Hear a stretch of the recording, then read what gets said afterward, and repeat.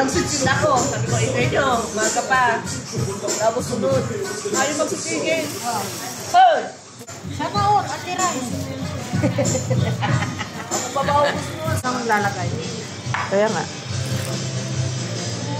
Dito, paborito ng pinsan ko. Kumain sila kahapon dito. Tinawagan ako. Hindi na naman ako nakasagot. Ano, hindi mo talaga pinis sa akin, eh? Ayun. Libre kami ni Madam Maris. Ayan. Siya ang madam. Oh, may pusit sa gitna.